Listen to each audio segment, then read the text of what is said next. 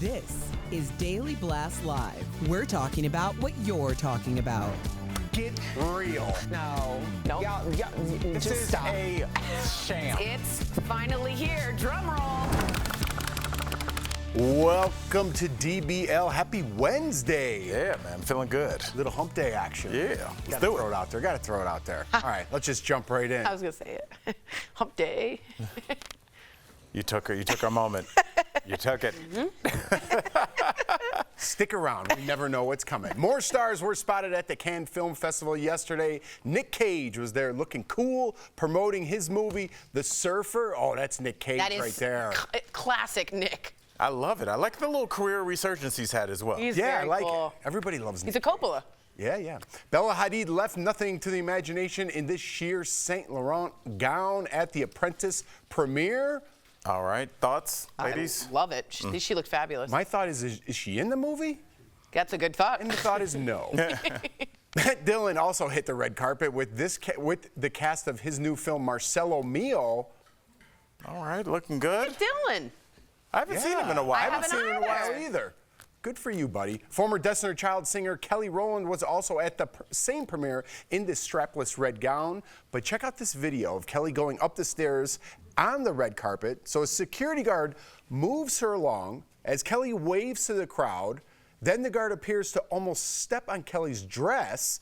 Then Kelly reacts to something the guard says. It developed into a heated exchange between the two. Some lip readers are reporting that Kelly told the guard, "Don't talk to me like that." Yes. Been waiting to get to this. All right, maybe we could roll it again while you talk through it, Al. Yeah. Right. Well, it started a little bit earlier in the video that I saw, and it was just one of those things where I guess you could sum it up by saying, I got it. I'm moving. But like she kept kind of ushering her and touching her, and they're protecting her like she's the prime minister of a country, and she's like, this is my time to be seen. I'm waving to somebody. She has her hands on her, and I think she's like, what, you almost stepped on this. I can't imagine how much that dress costs. And she's got her hand, it just seemed all very unnecessary. And then the man who's not moving now, he was kind of ushering her up like she was almost making a scene, and she wasn't. She seemed to be moving at a fairly normal pace. Right. So I feel like between this and what was it? What was the talk show with the green room? Was it Drew Barrymore? No, whatever the talk show, I don't want to misname anybody, where she apparently left because there seems to be this narrative trying to be formed around her that she's a diva. Hoda on the Today Show? Yeah. Well, yes, I believe that was her it. dressing room wasn't big enough, and people are trying to make this another pile on Right. she's a diva. Right. Right. Yeah. She seems Ridiculous. so far from it. It's interesting because obviously this was a very public moment, but one, this woman was completely out of like where she should have been. If you are working an event like that, and I'm not trying to be like hierarchical or anything, you are there to protect the talent, the people who are on the carpet. You're there to make sure that that space is ensured. You're not there to put she's way too close to her. Agreed with you. There's no public space whatsoever. Even if she was a liaison, which a lot of celebrities will get, that kind of ushers you from like place to place, ensuring that there's a flow of traffic, if you will, on a red carpet situation. She's acting as if she's bodyguarding the stairs. Exactly. Like, Protecting. There was no one behind her. Right. And Exactly. at that point, if someone has gotten way too close, they've stepped on your dress, they're continuing to speak to you about what at that point? Exactly. She's walking. How much faster do you want this woman to walk in that Absolutely. dress and those heels? Yeah. So to me, it seemed as though there were some subtle issues that Kelly was advocating for herself and saying, don't speak to me like that. And I don't see what the problem is for people advocating. Some people are allowed to advocate for themselves and some people are not. You mean the comment that goes, men act, women overreact? I saw that written somewhere. Anybody that is trying to push you up the stairs, any reaction would be like, yo, back up, back up. And if you watch carefully, her assistant, who's behind her, eventually takes the security guard and goes, stop it. Yes, her assistant's holding her hand She's right the blonde there. right here. At some point, you see this guy's behind her, and then there's going to be another woman that flanks the female guard. And she's saying, please get off my dress right here. And now there is a triad of three people. There's nobody else on the stairs. Now Not watch to the mention- assistant. Watch the assistant. When she goes up, another man comes down, and the assistant takes that woman and says, "Stop it. We got it. Move on." So it's not just Kelly. Instead of rolling this thing like the Kennedy assassination, could we look at maybe the other side? Like, she was never touched. Maybe it's a cultural thing. You know, like some security guards at the mall overstep their position and they think they're real cops. Maybe she was just overzealous about her job and she's like from France and she was trying to protect her the best she could. Is there any of that in I would this like video? to see examples of that other with other people. people. Okay, okay. That's when I'll entertain All that right. idea. I rest but my she was case. also getting in the middle of her photos. I agree. Like, why are you all up in the photo? She's still waving to people. Yeah, I tried to look at it from the other side because there. It's all right. We got it. Yeah. Okay. Yeah. Kevin Costner has also been making his rounds at Cannes with his new movie Horizons. Here he is at the film festival, Dang, looking good in some Kevin. shades and his white suit. Kevin. Nobody's seen ushering him around. He was also on the cover You're of the right. latest issue of GQ. He looks absolutely stupid there. Wow. Why is he wearing a windbreaker and shorts? He looks very Cape Cod, That where is you're not from. great. I was Yeah, about that's to say, not Tori, great. I feel like that's the look, but I do agree with That Tori. on windbreaker looks absolutely stupid. It was a throwback. It's not great. We're not getting through any of Plus, this why stuff. is everyone suddenly on steroids? Yeah, right. We are a very judgmental Well, he group looks today. awful. That's what the article at the bottom says.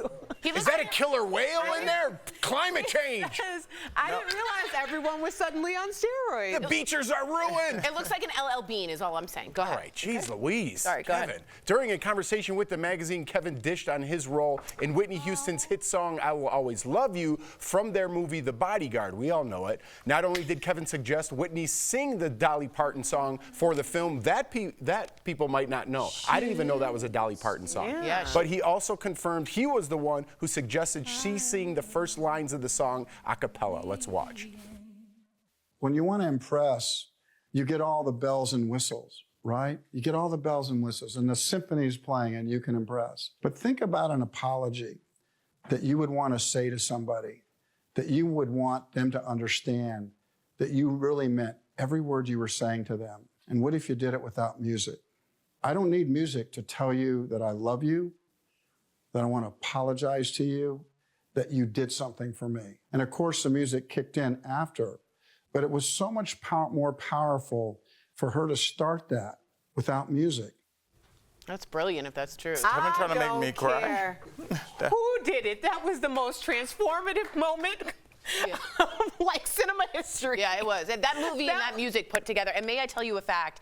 Elvis famously asked for I Will Always Love You from Dolly Parton. And she said for some reason, he was the biggest star in the world, she turned him down. And she just waited and waited for the right person. And when Whitney came, she said, this is the right one, and gave it to her. Can you imagine how much that could have changed everything if Elvis had done it instead of Whitney? It's a totally different song. And well, I just want to say that explanation by Kevin, unbelievable. Yeah. It like really enhanced it for me. That was Yeah, awesome. absolutely. All right, coming up, we're going to break down that jacket Kevin Costner was wearing for another hour. No, Home Alone and City Slickers star Daniel Stern is telling some behind-the-scenes stories from his iconic movies. They're hilarious. And Apple Music released the best albums of all time, from the Beatles to Beyonce.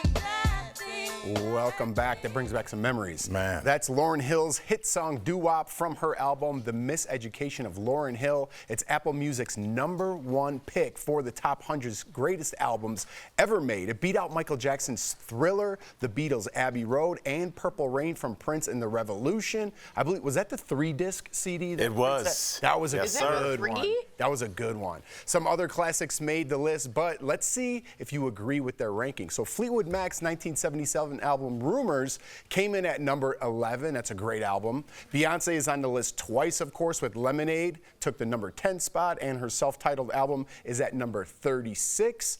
Stevie Wonder also is on the list twice for Songs in the Key of Life. That is my jam. It's number 6. There you go. And Inner Visions at number 44. Nirvana's Nevermind came in at number 9. And Taylor Swift's 1989 Taylor's version took the number 18 spot. A little ironic. Adele's album 21 is number 15 on the that was list. great. Now that's ironic, huh? Yeah, that is. It should be number 21 just for the sake of things. But some music fans might take issue with the album that ended up at the bottom of the list. Take a look at the classic album and song. They came in at number 99. Welcome to the Hotel California.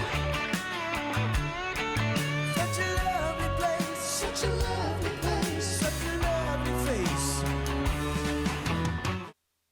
Not happy with the ranking, Tori. Eagles is one of the most iconic American bands of all time. That sound, that 1970s beautiful palette, that gives you the sound of California in the Southern California. I can't believe it's so low. I think that's a big mistake. I also think it's interesting, Whitney Houston, not one of her albums has made the list. Not one Whitney Houston album made the list. Well, it does kind of show you how hard it Or is to put Celine together Dion, an excuse entire album. Like just having 4, if an album has 5 great songs on it, you are like, go get this right now. Yeah. I think it tells you how hard it is to, because when you're talking about whether it's Lauryn Hill or Nirvana or that defined a generation. It defined how people thought. You could tell where the culture was, where the youth was, and what the issues of the day were. And when you listen to NWA, when you listen to Public Enemy, when you listen to Eminem, and why he resonated with so many people, it's because there was an anger there, and it grabbed people and it touched people. And just to put a button on it, my dad is spinning in his grave over the Eagles being number 99. Oh, the Jackson loves some Eagles. Real quick, we only have a couple seconds, but in the Big Brother house, you get to get one CD. And if you win like head of household, it's called you get to listen to that CD because there's no music, anything. Wow. What CD would you bring into the house with you for the whole summer? You have one CD to pick for the whole summer. Ooh, it would be between Miseducation of Lauryn Hill and Jagged Little Pill. I was going to say Alanis Morissette too. What about I was you? gonna say Your Jagged turn- Little your Pill. turn's after Al. Okay. Oh, okay. I got really excited. Without it, I'd take Biggie Ready to Die. Ooh, good doubt. one. Yeah. That's good. I would do a Jagged Little Pill. I know every lyric, or I'd do a Dave Matthews Band because it's summer. Which album though? I would probably do Crash. Probably. You got one album. I would do Crash, but it just reminds me of happier times. What would you do? I did Bob Marley and the Wailers both times I played. Wow, Yeah, that's good. It just puts me in a good mood, gets me out of wherever I was in that moment, and I could talk about that all day. Yeah, for That's sure. So for interesting. Sure. Coming up on DBL, our interview with Daniel Stern, aka Marv from Home Alone. He's telling us all about his new memoir.